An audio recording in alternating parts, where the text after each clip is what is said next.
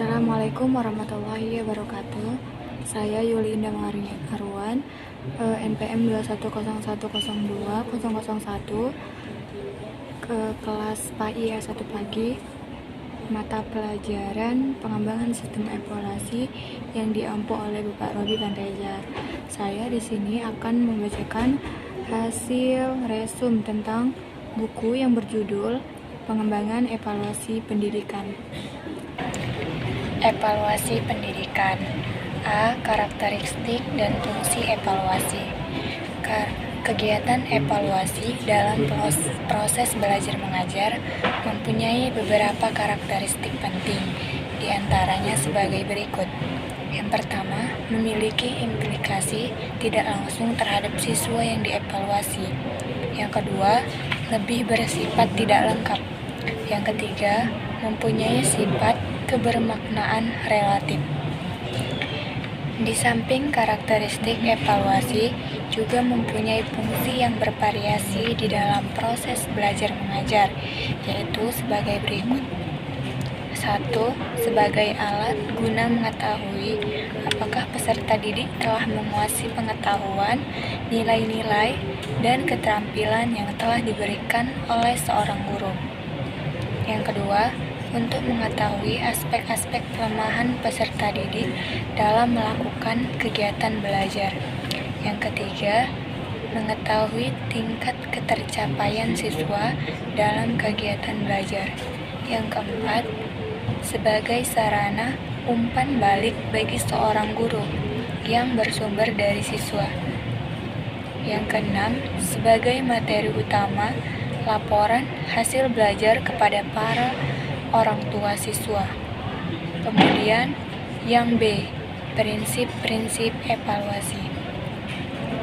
Prinsip tidak lain adalah pernyataan yang mengandung kebenaran hampir sebagian besar, jika tidak dikatakan benar untuk semua kasus. Dalam bidang pendidikan, beberapa prinsip evaluasi dapat dilihat seperti berikut ini. A. Evaluasi harus masih dalam kisi-kisi kerja tujuan yang telah ditentukan. B. Evaluasi sebaiknya dilaksanakan secara komprehensif. C. Evaluasi diselenggarakan dalam proses yang kooperatif antara guru dan peserta didik. D. Evaluasi dilaksanakan dalam proses kontinu. Yang E. Evaluasi harus peduli dan mempertimbangkan nilai-nilai yang berlaku. C. Cakupan evaluasi pendidikan. Mengingat luasnya cakupan bidang pendidikan, dapat diidentifikasi bahwa evaluasi pendidikan pada prinsipnya dapat dikelompokkan ke dalam 3 cakupan penting, yaitu evaluasi pembelajaran, evaluasi program, dan evaluasi sistem. Evaluasi pembelajaran merupakan inti bahasan evaluasi yang kegiatannya dalam lingkup kelas atau dalam lingkup proses belajar mengajar. Secara garis besar, evaluasi pembelajaran dibedakan menjadi 3 macam luasan, yaitu pencapaian akademik atau aptitude dan penyesuaian personal sosial. Yang D. Syarat dan tujuan evaluasi. Suatu evaluasi perlu memenuhi beberapa syarat sebelum diterapkan kepada siswa yang kemudian direfleksikan dalam bentuk tingkah laku. Evaluasi yang baik harus mempunyai syarat seperti berikut. Yang pertama, valid. Yang kedua, andal. Yang ketiga, objektif. Yang keempat, seimbang. Yang kelima, membedakan. Yang keenam, norma. Yang ketujuh, fair. Dan yang ke-8, praktis. Minimal terdapat 6 tujuan evaluasi dalam kaitannya dengan belajar mengajar, karena tujuan evaluasi adalah sebagai berikut.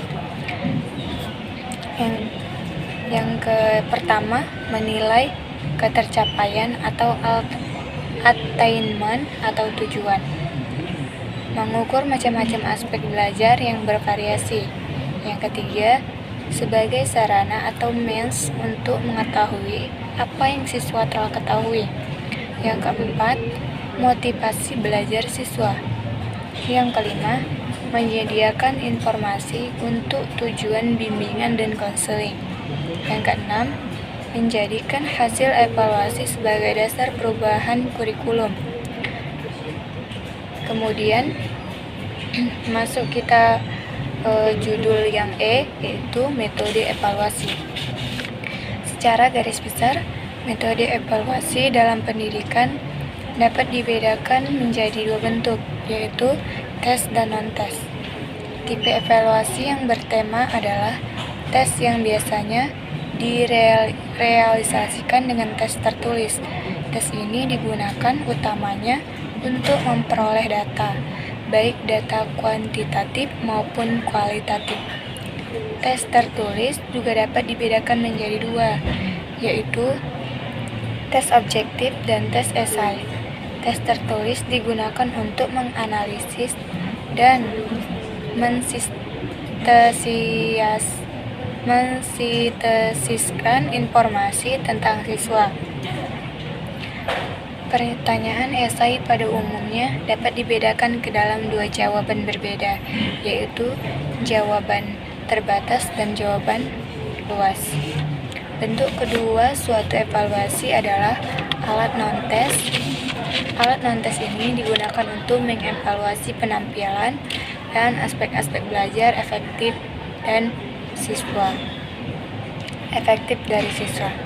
Kemudian masuk judul yang berikutnya, yaitu F, evaluasi dalam belajar mengajar. Evaluasi merupakan bagian dari proses belajar mengajar yang secara keseluruhan tidak dapat dipisahkan dari kegiatan mengajar. Ada 4 pertimbangan yang perlu diperhatikan oleh seorang guru dalam melakukan evaluasi belajar. Keempat pertimbangan tersebut yaitu sebagai berikut. Yang pertama, mengidentifikasi tujuan yang dapat dijabarkan, yaitu yang pertama A, prosedur evaluasi dan hubungannya dengan mengajar. Yang B, pengembangan interest kebutuhan individu. C, kebutuhan individu siswa. D, kebutuhan yang dikembangkan dan komunitas atau masyarakat. Yang E, dikembangkan evaluasi hasil belajar pendahuluannya. Yang F, dikembangkan dari analisis pekerjaan. Dan yang G, pertimbangan dari para ahli evaluasi. Kemudian yang kedua, menentukan pengalaman belajar yang biasanya direalisasi dengan pretes sebagai awal, pertengahan, dan akhir pengalaman belajar atau post-test. Yang ketiga, menentukan standar yang bisa dicapai dan menantang siswa belajar lebih giat. Pembuatan standar yang dapat diajarkan melalui penilaian materi, penggunaan alat bantu visual.